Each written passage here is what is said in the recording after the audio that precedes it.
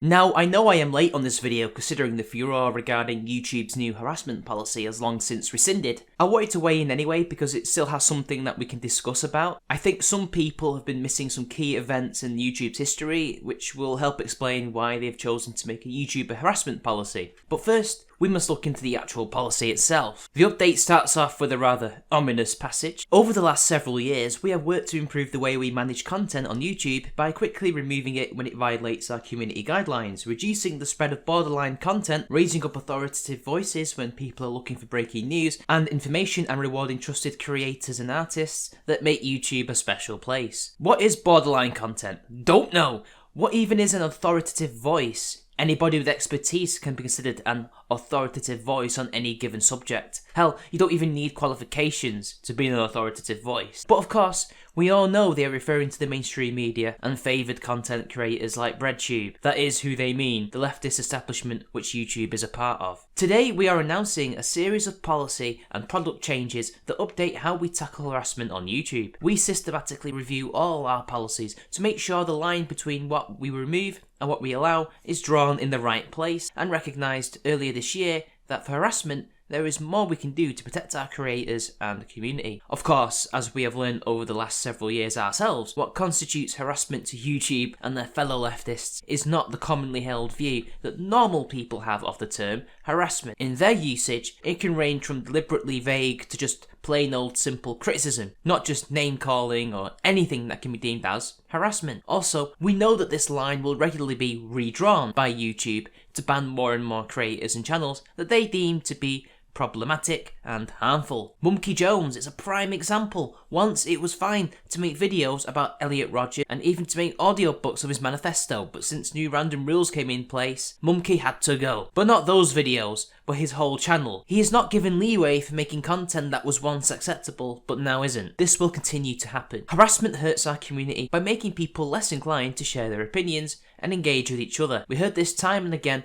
from creators, including those who met with us during the development of this policy update. We also met with a number of experts who shared their perspective and informed our process, organisations that study online bullying or advocate on behalf of journalists, to free speech proponents and policy organisations from all sides of the political spectrum. So who are these creators and experts? I assume they were your typical leftist sorts who decry any type of criticism of their ideology as harassment. That is probably why you say that harassment hurts the YouTube community by making people less inclined to share opinion and engage with each other. Which is funny, because why should online harassment perturb me from hanging out with my friends? I have a variety of tools at my disposal on YouTube that can completely silence these people on my channel. You already have a system in place to protect people. I could turn off likes and dislikes, even turn off the comment section, censor particular words and phrases, and even channels. Nothing about this policy is about bullying. This is strictly ideological, and we can see it in your words. Again, advocating on behalf of journalists, you mean people like Carlos Maza? He was the quote-unquote victim of a joke. That is it. The type of joke he himself has made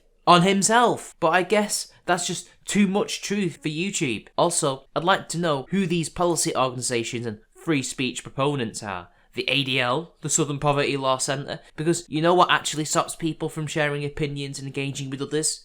Censorship. We remain committed to our openness as a platform and to ensuring that spirited debate and the vigorous exchange of ideas continue to thrive here. However, we will not tolerate harassment, and we believe the steps outlined below will contribute to our mission by making YouTube a better place for anyone to share their story or opinion. That's why you demonetise and ban history channels. That's why you banned Monkey Jones and more radical channels like Red Ice. None of these channels have actually harassed anyone to our knowledge, yet you banned them. You even removed iDubbbz's content cop on Leafy, a video that was actually anti-bullying in nature. So what are these rules actually for? You punish YouTubers for policing the community the way we have done for the last 14 years, and enable far leftists and the MSM to continue their own harassment campaigns and smear merchantry. Excellent job, YouTube. A stronger stance against threats and personal attacks. We've always removed videos that explicitly threaten someone, reveal confidential personal information, or encourage people to harass someone else. Moving forward, our policies will go a step further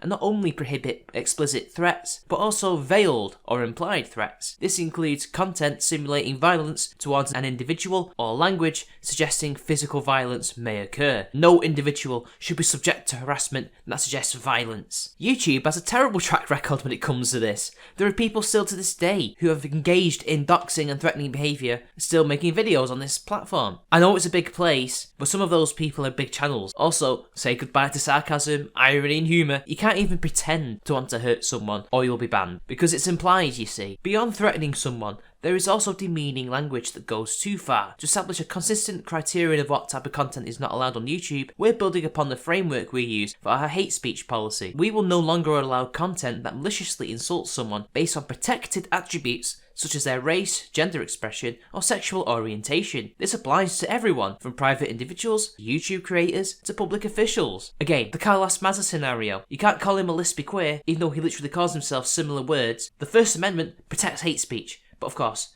you're a public company, not a government, so it's okay for you to impose hate speech laws unconstitutionally, and I'm sure only certain public figures will be protected from this. Do they have a D at the end of their name, I wonder? Addressing toxic comments. We know that the comment section is an important place for fans to engage with creators and each other. At the same time, we heard feedback that comments are often where creators and viewers encounter harassment. This behaviour not only impacts the person targeted by the harassment, but can also have a chilling effect on the entire conversation. You literally have already figured this out, and have done for years. I just mentioned your tools. To combat this, we remove comments that clearly violate our policies. Over 16 million in the third quarter of this year, specifically due to harassment. The policy updates we've outlined above will also apply to comments, so we expect this number to increase in future quarters. So now YouTube, instead of allowing the content creator to remove or allow comments of their own volition, will remove it themselves. It is really just confirmation of what we already knew. YouTube censor the comment section. Mr. Metica a while back showed how there are comments that he could see and comments that he could not see, a type of limbo or shadow banning. Was YouTube simply trialling removing comments at will?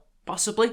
I know for a fact that before demonetization was a thing, I and a few other channels saw the rare video not have a monetization icon when there should have been. Next thing you know, demonetization becomes the norm. Why does YouTube believe that the community can't police itself? I understand why they are authoritarian leftists, but I think another reason is that during the paedophile scandals, other issues like that, where the community was forced to police itself due to YouTube's own inaction, they want to be seen to be able to do more. This is them swinging their dick around saying they can police their own site, when they can or won't given the particular circumstance. I remember it took them an awful long time to get rid of the abusive Daddy05 channel because it brought in millions of clicks and ad revenue for them. Beyond comments that we remove, we also empower creators to further shape the conversation on their channel and have a variety of tools that help. When we're not sure a comment violates our policies, but it seems potentially inappropriate, we give creators the option to review it before it's posted on their channel. Results among early adopters were promising. Channels that enabled the feature saw a 75% reduction in user flags on comments. Earlier this year,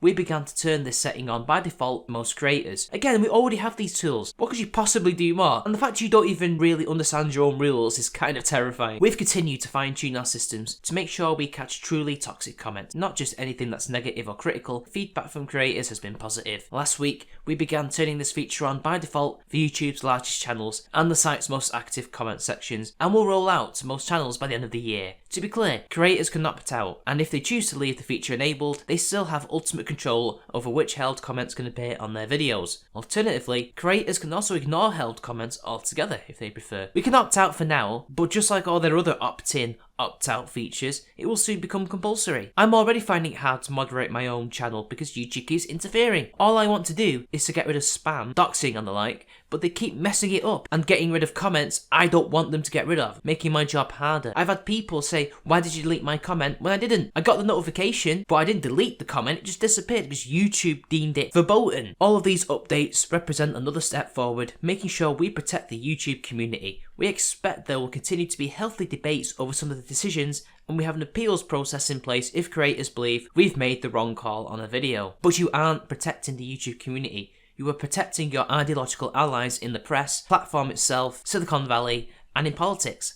Let us not forget, you're trying to make YouTube sanitized for the normie NPCs who just want to watch cat videos and not stumble across a Leafy is Here video. We in the YouTube community as a whole have always been able to fend for ourselves and protect each other. Always have done. All we need is the tools to do so, which you are not actually giving us, but taking away because you want to save face and not look embarrassing, when actually you are further embarrassing yourselves and alienating those of us who actually made your platform what it is. As we make these changes, it's vitally important that YouTube remain a place where people can express a broad range of ideas and will continue to protect discussion on matters of public interest and artistic expression. We also believe these discussions can be had in ways that invite participation and never make someone fear for their safety. We're committed to continue revisiting our policies regularly to ensure that they are preserving the magic of YouTube, while also living up to the expectations of our community. Except it isn't. That is why Mumkey Jones, Red Eyes, Alex Jones, etc. have all been terminated. You are not interested in debate. You are only interested in yourselves and your allies on the left.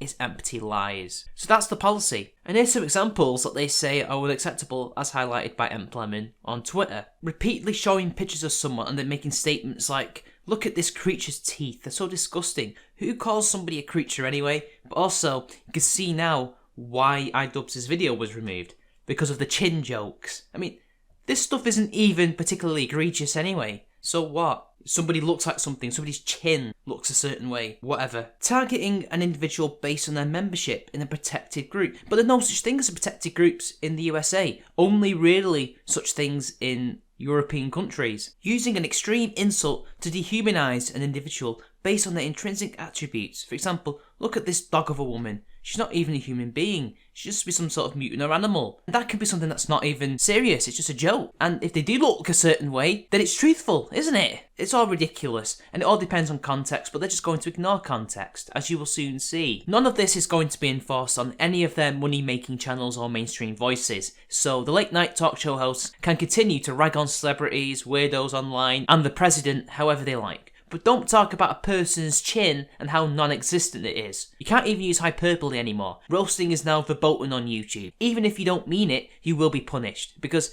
it's not going to be people who will be mostly policing this. It will be the bots that YouTube deploy on the site. They are notoriously incapable of figuring out what humour, sarcasm and hyperbole is. They are machines. Emotion is alien to them. So I can joke about even a friend on video and have my video removed for harassment. But all of this has precedent, stretching back to almost the beginning. Almost 10 years ago, maybe more, YouTube used to have a reply button. You could upload a video by clicking on this button and say it is in response to a certain video. All the responses would be listed in a separate description if memory serves. A brilliant device that actually helped discourse and people discover new creators. It's what fueled the atheists versus creationists saga of YouTube in the early days. However, like a lot of YouTube features, it could be easily abused. They developed a phenomenon known as the reply girls. These were typically women who would abuse the reply button and basically use it to become more popular on YouTube. Regardless of the content, they would respond to it to get clicks. Because of this abuse, YouTube removed the feature.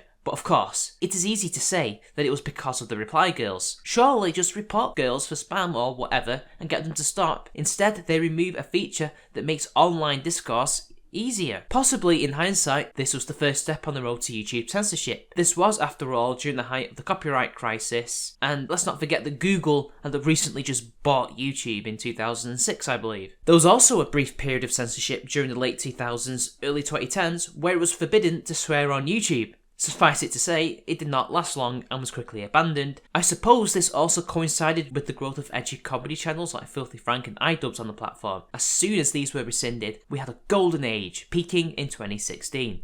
Enter demonetization. This was not even the start of it all, only the beginning of the end. The pretext to the adpocalypse was not just PewDiePie's heated gamer moment, ads appearing on white nationalist and ISIS content. That was really the fault of the bots yet again being useless and YouTube being careless. But if you believe Lemon, and there might possibly be evidence for all of this, it started with the edgy commentary and comedy YouTubers on the platform. Think of the likes of Keemstar, Leafy is Here, Filthy Frank, etc. All of these people make, or did make, content that YouTube would much rather not be on the platform. It makes it look dirty and seedy, and not a positive image for the website. They want to make it family friendly, have a nice clean image for the NPCs in Middle America, Middle England, etc, etc. The cat video watchers, that is who YouTube thinks is their primary target demographic, as well as the SJW types. But of course, it's you and me, the average content creator and content watcher, who are the real audience, the ones who have sustained YouTube for nearly 20 years. But we're internet denizens, true internet denizens. We're toxic, we're edgy, we don't behave properly, therefore we should be banned, or at the very least, given an incentive to leave YouTube so they can make money. By the way, YouTube has never ever made a profit the entire time it has been online. It has been entirely bankrolled by Google since 2006. The idea of throwing us out and bringing in NPC normies is somehow going to magically make it profitable is absurd. But anyway, remember the YouTubers I mentioned? Well, not too long ago there was a leaked list of channels that YouTube hated that was mentioned in some kind of conference between them and certain handpicked content creators. Among those listed were none other than Keemstar and Leafy is Here. Not too long after that, demonetization was announced and Leafy is Here's channel lost all relevancy, whereas Keemstar seemed to avoid it. Contrary to popular belief, iDubbbz did not destroy Leafy, YouTube did. Emplement has empirically proven in his video on Leafy that after the content cop, Leafy's content remained popular